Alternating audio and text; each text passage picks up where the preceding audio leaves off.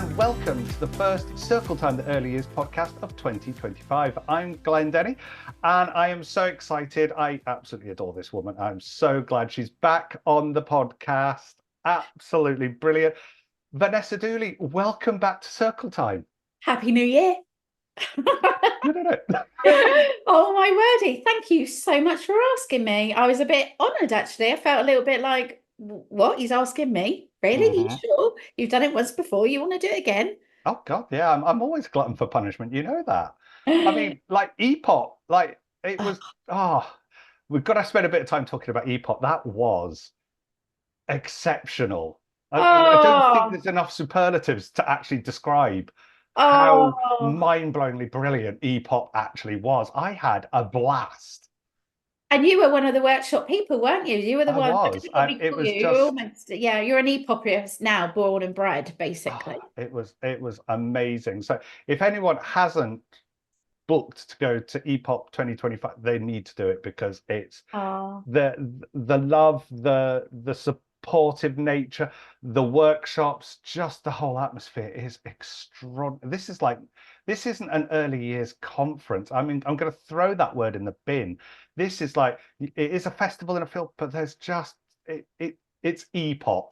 That's all you could describe it I as. know, and it's really weird because people will say to me, "What's EPOP?" So obviously, EPOP it stands for Exploring the Power of Play Mhm, Festival, but it's almost like it's grown. So we've been doing it what 7 years, 8 years. This will be mhm, our 8th year, and it's grown from being in a little church, well, a church hall where I did mhm. everything by myself with 100 people, to growing now to actually being so lucky to have the field Oh in my which. goodness. Yeah, I know. And our landlord, he still can't. He still says, "How on earth?" Because he sat in the ice cream, his little beach hut with a bottle of Hmm. wine. I put a bottle of wine in there with him with a deck chair, and he just watched everything. And he was just like, "I cannot believe what this is all about." He said, "Look at everybody," and everyone was just smiling, and that's what I love about it. It was just, yeah, blows my mind every time. Kills me, I'll be honest, as you Hmm. get a little bit older, you know. But what I loved about you was because we've seen it for every year. What I love about you is the fact that you were just like you were buzzing. I couldn't. I could not, if I could have bottled that, I'd be a millionaire right now. But you could not describe to me in words on how you were feeling, especially after your first workshop. You were just like, oh my God, I never experienced anything like that. Yeah.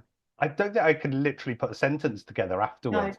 I was like, "It was so good." Like, honestly, I was like an overexcited 2-year-old. Ironic considering my workshop was about 2-year-olds, but Yeah, yeah. exactly. Yeah, exactly. Yeah. So yeah, so thank you for doing that. I really appreciate it. And it was great feedback. So yes, if anyone's interested in EPOP, send us a message. Or it's on our website under events. Yeah, we'd Mhm. love to see you. You Love to. need to get there. You need to get there.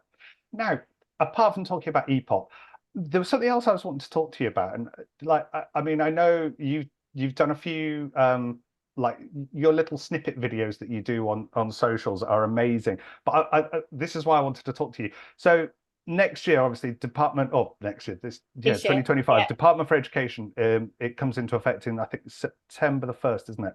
Yeah. The safeguarding requirements for early years it's not all changing, but there's a lot coming in.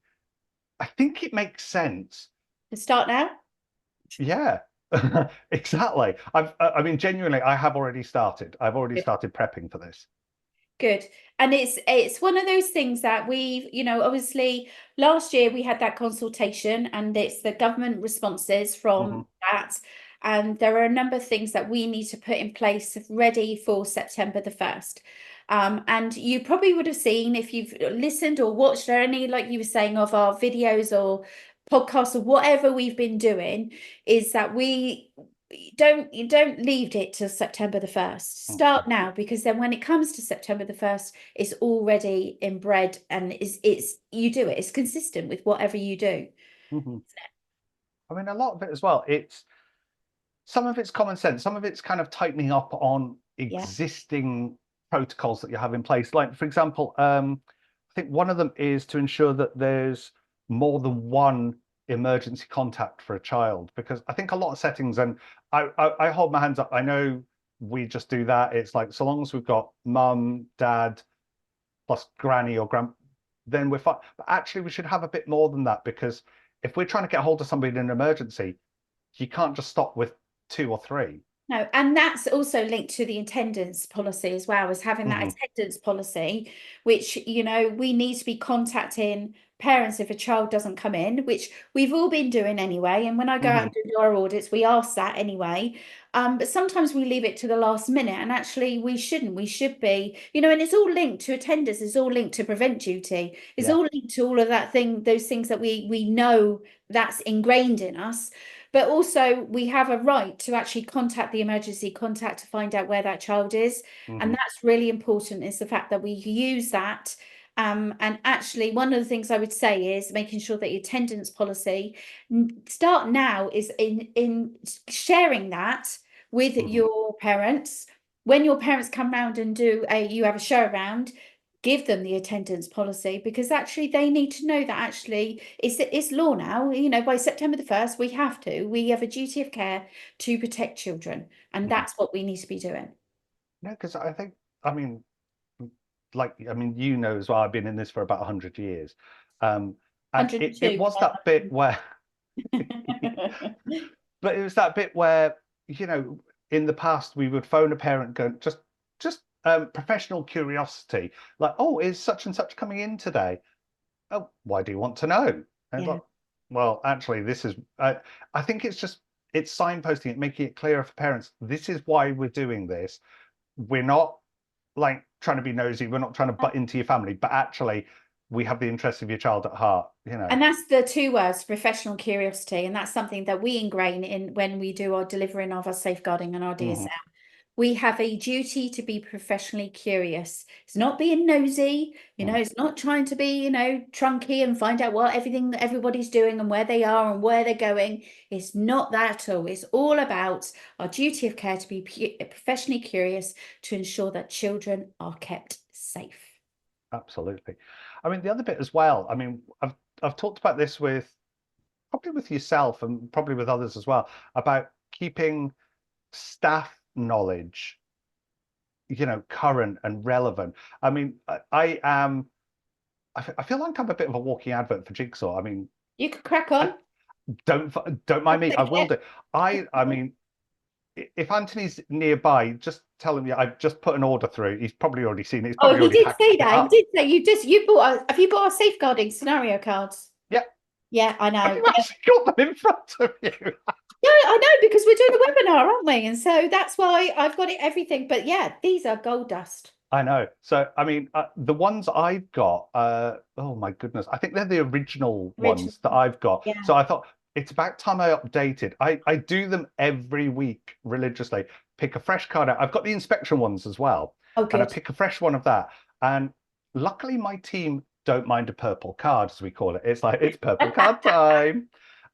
But things like that are really, really useful, aren't they, to keep that knowledge fresh? Yeah, and one of the things that we get asked as well, when we go out and do audits, we always say, can you talk to us about local trends of what's going on in your area? And most people will say something, but there are a few that will say, we've looked on the Safeguarding Partnership website. Now, good luck with that, because there is literally just a nightmare to look at. And they say, we can't really see, you know, you say about local trends, but it doesn't say local trends. Well, the Safeguarding Partnership website is not going to go, these are your local trends. Okay, so you have to do a little bit of digging. And so the digging, I would say, is things like go and check the newsletters and see what's on the most recent newsletter, what's in that newsletter. So for one recent we've done it was something about youth crime. So that was in the newsletter. So for me, that's at the forefront of the local safeguarding partnership. Yeah, that's what's going on in that local area, and that's what they're putting into place. The other thing, some safeguarding partnerships do something which I think is absolutely, and if anyone's listened to this from the local safeguarding partnership, the 7-minute videos or 7-minute little golden nuggets. I love anything that's a bit under 10 minutes, me. Hmm. The brain span is just, so these are 7 minutes videos of things that actually are relevant for that local area. So Hmm. things like for something, whether it's SIDS or whether it's something to do with choking or whether it's something to do with swimming, swim safety, those Hmm. will be those things. But not every safeguarding partnership has that. But I do know that you have to dig a little bit deeper when you go onto that website with those websites. No, I know what you mean. I mean, like I've because I've worked in 2 or 3 different local authorities in recent times, and they're all the same. They're so out of date. I mean, it's like walking into your granny's dusty wardrobe. It's some of the information, some of the stuff on there. It's dangerously out of Yeah, date yes, almost. totally. It considering that's their sole purpose is to make sure they are that point of contact for information. It's a And bit I'm worrying. hoping, yeah, and I am hoping that when September the 1st comes into play, all of these websites will be updated to the best that they possibly can. Because I struggle when, and an inspector's going to ask as well, if you Mhm. talk, I know safeguarding is really, really important and we do it a duty of care, but when got an inspector that's going to ask you what are your local trends and you're like, there aren't any. I don't really know where they are or whatever. That's really, really hard. So I'm really hoping that the safeguarding partnerships, will literally update everything that's on their Mm. website and make it easier as well. Because it's not, and you've got so many counties, so many safeguarding partnerships. They're all different. You go for Essex, it's going to be different from Suffolk. It's going to be different from Hounslow, wherever it is, it's going to Mhm. be different. So yeah, I just hope and pray that they get their bottoms into gear. Definitely, I hope so. The other thing as well I was looking at, I mean, not that I've got a list in front of me with some of the changes that are coming up, but and I'm really pleased to see this, is making sure that everybody, students and trainees, it's brilliant, that have got a valid pediatric first aid qualification. That And is yeah, so important. that is. And I think, in the statutory framework where it says something about you only need one first aider on site or something like that, that's the wording or Mm. something you need. That is mind-blowingly wrong. Oh I my don't get goodness. that. Yeah, I don't get that at all. So actually putting that in about volunteers and putting that in about apprentices cannot be included in ratios until they have a relevant, full and updated paediatric first aid. hmm, It's a godsend to me. But I think it shouldn't just be apprentices and volunteers. It should be everybody. it should be. I mean, it's like having worked in Scotland, that there's very little guidance in what staff should have. Again, it's down to like basically the same as the statutory framework in that just one person needs to have it. Like, well, that's bonkers. What if that person's off sick that day? Oh, You know, unbelievable. Unbelievable. or whatever they've suddenly been called out, or I mean, it happened in one of my settings. We had an incident with one of our children where they fell and they did break their arm, and I went with the parent to hospital, because it didn't require an ambulance. I mean, they wouldn't have sent an ambulance anyway for that, but I went with the parent. But luckily, all of my staff were pediatric trained because I Yeah. feel that's important. And can you imagine being the only first aider and having that all of that pressure on your head, Hmm. on your shoulders, all of that, knowing that you are the one that has to do the first aid Yeah, on it. it's a lot. I wouldn't want that. Would you want that?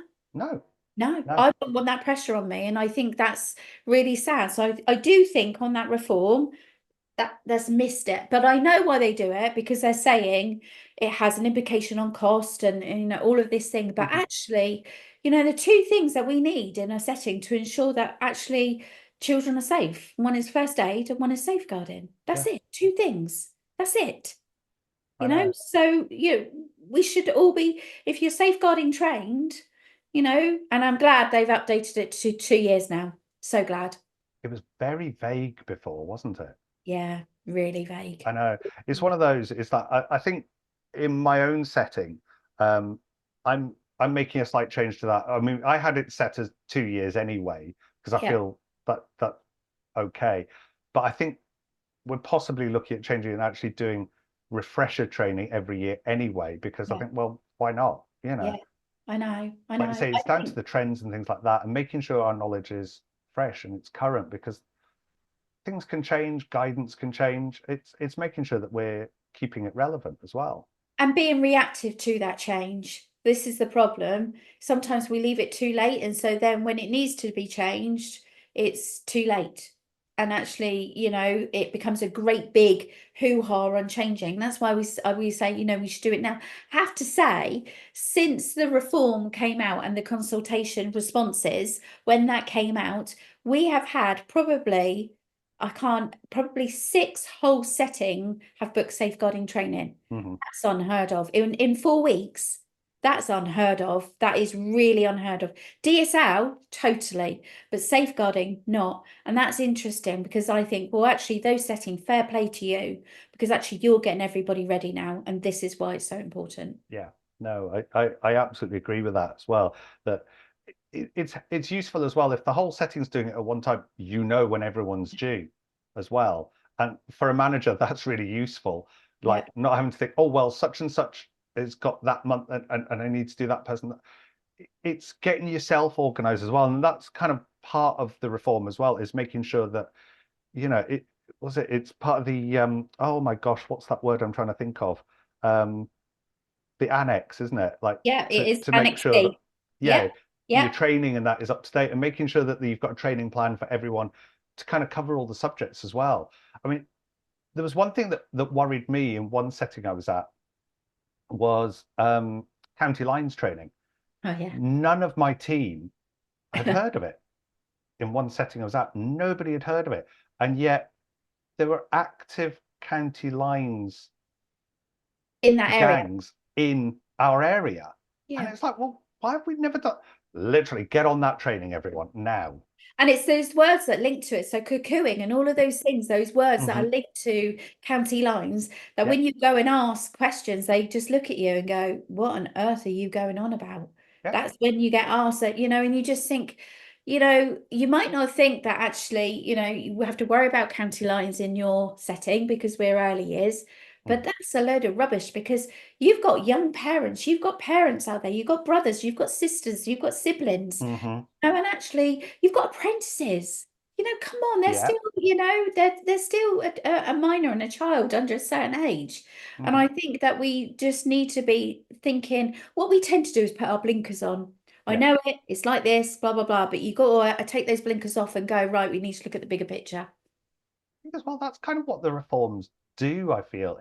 Yeah, It's ensuring we have to take those blinkers off, that we have to look at the wider world and go, actually, we are part of this. Things like county lines can happen to us, you know, all that. I think as well, that's how it kind of came about that my staff knew nothing about county line. It was one of the purple cards. I think that was one of the questions on there. And yeah, I went round with it and they were like, I haven't a clue. What is that? yeah, Oh my goodness. Right. Okay. Um, and that's kind of where it became part of our plan. It's like, yeah, I want you to do this, and we're going to do this every couple of years. yeah. I think, and actually refreshing it and finding as well is making sure that the training that you've got has impact. Hmm. Because actually, I know that there are many online courses out there, and we did do it. We did do an online safeguarding, but we took it off because I just said I didn't feel comfortable with the fact I was doing that online.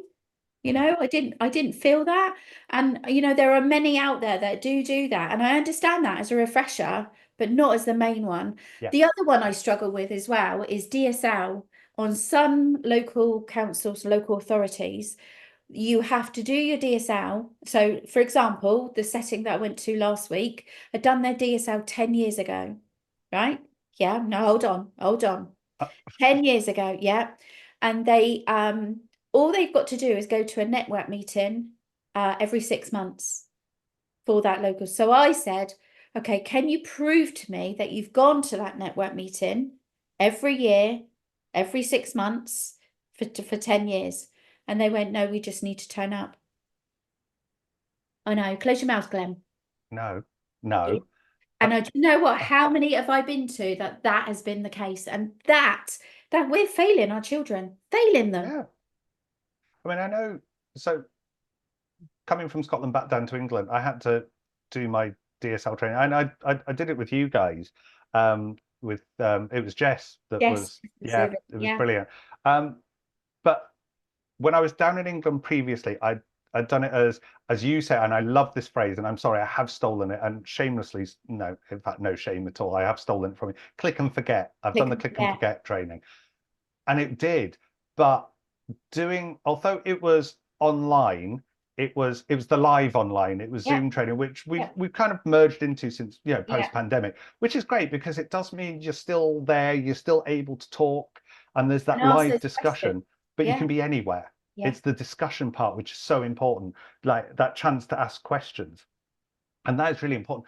And that's where I got the benefit from, because I was able to ask those questions, and it is super important. And it's really, and it's finding those, those people that do. So for me, I update my instructors safeguarding and DSL training on a regular basis. In fact, back in, well, I think it was September last year, I did the NSPCC the instructors training, Mhm. because and it was a big outlay for me, because I was thinking, oh my gosh, this is a real big amount of money that I'm going to put out there to actually to say that I'm actually competent in being an instructor in safeguarding.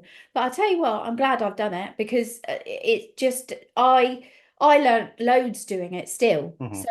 and I always say every day is a learning day, and you have to keep updating and have to keep Mhm. upskilling. And if you don't do that, that's when it becomes a little bit, well, you lose it, don't you? Don't they Yeah, say it becomes. if you don't use it, you lose it, or something like that? Absolutely. Everything Yeah. becomes foggy. And that's where things like, my weekly questions, my purple cards come Yeah. in, because you've got to keep those skills fresh. It's like when you do your pediatric first aid, they recommend actually doing a little sort of refresher thing Yeah. every year. It doesn't have to be the full course, but No. you can do online refresher just to remember the skills and the techniques that you need in order to do it. I mean, most of the time we're lucky we just need to put a little plaster on because they've had a little scrape or whatever. But then you get other times when you get a child falling off a tunnel and breaking their arm, which has Yeah. happened. But again, because my skills were fresh and current, and I think again this is what it's all about, isn't it? There was something else in there as well, which I was kind of like, oh, okay, and I never thought about it in that way. But it was requirements to ensure safer eating as Yeah. well. And I was like, oh, okay. Never really considered it, but I'm like, actually, yeah, it is part of safeguarding as well. And actually, how many settings I go to is the fact that actually children are left to eat on their own quite a bit while staff go and do jobs, Mm, getting the beds ready, yeah. putting on their iPad, checking how much they've eaten. There's no, and I always say that lunchtime, not only is it about safer eating, but that's the best time for interactions with children. Hmm. The best time, and I would always do a joint observation at lunchtime, because that's when you get so much out of it. The children are there, they're busy eating, they're asking these questions, you can talk about healthy eating and stuff. But I feel the whole safer eating, we've had some really sad cases where children have choked, and Hmm. actually it should be. And this is the whole thing where, some of the wording where it says sight and sound, just sit down with the children, Hmm. sit down and talk It's and what we be with do. them. What Yeah. we do. I love it. I absolutely love that. I mean, Yeah. I know I've worked in some settings many, many years ago where the staff would hover by the table. They would stand out. Oh, no. Get a chair, sit down, talk to the children. Grab a plate, have some lunch with them. And I always say as well, if you go to a restaurant and you've got somebody hovering over your shoulder while you're eating, what are you going to say to them? Well, I know what I'd say to them. I can't repeat it on here, but I No, do. please don't. Please don't. I don't think I've got a beep machine Oh, on you this haven't got to beat podcast. with me, no. But actually, that's exactly what we're doing. We're giants to children. Sit down, be interactive, talk to Mhm. them, ask them what they're eating, eat with them. Is it such a bad thing to eat with a child? No, it's No. really love. Like you say, it's that important. It's a real moment of connection Yeah, as totally. well, and that is so important. Being able to sit and encourage the children. I mean, I always like. in my current setting, the children bring their own lunches in, but so do we, and then we'll just sit down together, and I'll bring my Is that bit sandwiches. nosy what's in their lunches? Oh I'd yeah, love to know. Oh, oh what have yeah. you got in there? I know we do. And it's like, all that bit, it's like, oh, I like that. Can I just have that bit? And they're like, no. And Yeah, there's that encouragement to eat because they think I'm going to go and steal whatever it yeah, is, their excellent. carrot stick or whatever, Yeah, you know. exactly. But yeah, it is one of those bits. I think as well, we're talking about choking and things like that. I mean, I've gone in and done the setting I'm in. We didn't really look and at what um foods were safe to eat and how they needed to be chopped up and all this. I've got the guidance up now. I mean, it's there, the guidance is there, Yeah, but the team weren't aware of it. And I'm like, oh, okay, yeah, right, yeah, okay, yeah. So, and now it's a case of like the team will say, there's such and such. Do I need to chop that up? No, you need to chop it up, but you don't need to peel it. It's fine, yeah. things like that. It's No, I know. It's understanding, and that's the good thing with the guidance as well, where the response comes in. It actually says to you, it says about the NHS place for you to go and look to say about where to find what good food is, where what's safe, what's not safe to eat. So it's not, the guidance is there. It's basically telling you everything that what you should be doing. mm, And I think we should be using that as a rule, because we think we know what we are supposed to be doing, but that's not necessarily the case, is it? true, No, true. no. So The other bit as well, which I'm glad they've kind of made it stand out a bit more, is about whistleblowing. And I think oh that's yes, really, really, really important because you should never be afraid to shout out about bad practice or dangerous practice as well. I mean, yeah, obviously, there's the incidents that have happened recently, in the recent sort of in the last year or so, has highlighted the importance. For me, it was like staff stood back and let something happen which caused the death of a child. totally. Why? Why didn't you shout out about it? You care for these children, Yeah. care enough to shout out. Yeah, I think I did some training once, quite recently about whistleblowing, because they had a concern and they needed staff all to be aware. And one of my first questions was, what is it that stops you from whistleblowing on a colleague? And one of them said, which floored me, but I pulled it right back, is that she didn't want to, or they didn't want to snitch on their friends. And I went, okay, a child's safety, a practitioner's safety, or snitching on your friends. Let's put it into perspective here. Mm. And to be fair, she did, they did come back and just go, that was the wrong word to use. But even the word whistleblowing is scary, Mary, isn't it? I mean, It really? is. Yeah, but it shouldn't be anything about dobbing in your staff, staff member or snitching on them. What we're doing is we've got a duty of care to protect. That's Mm. what we do. We put our capes on, and that's what we do. Ah, not all heroes wear capes. Well, in But my it's eyes, true. they do. No, some of them wear hoodies, and I have to say, I still wear mine every day. Just Yeah, I saying. do. I like a hoodie, me too, if I'm honest with you. But we could call it a cape. Okay, It's got a hood, you just put it on your head. that's true. That's That's true. true. Yeah. Well, Vanessa, we are rapidly running out of time, so I'm going to say a massive thank you. I mean, I think we both agree that the changes are positive, but it's okay. It's 1st of September to come in, but start now, I think, Do is it the now. key Come message, on. isn't it? Yeah, come on, early years. We've got this. Come on. There's a lot of information out there, and it shouldn't be. We've done lots of things. We've done our whistleblowing policies that's free, our attendance policy that's free. There are so many things, not just from us, from other people as well. So, Mhm. if you're and actually, like yourself, if you're stuck, pick the phone up, give us a call. We don't mind. We can Yeah, point you in the right direction. Oh yeah, I've seen somebody do that. Let's have you think about that. Yeah, honestly, get it going now. Don't leave it too late. Please don't. definitely not. Well, Vanessa, thank you so much for coming on the podcast again, and I'm Very quite well. sure it won't be the last time. I might drag you back Absolutely. on again another time. But brilliant. Thank you very much, Vanessa Dooley. You're very welcome. Take good care.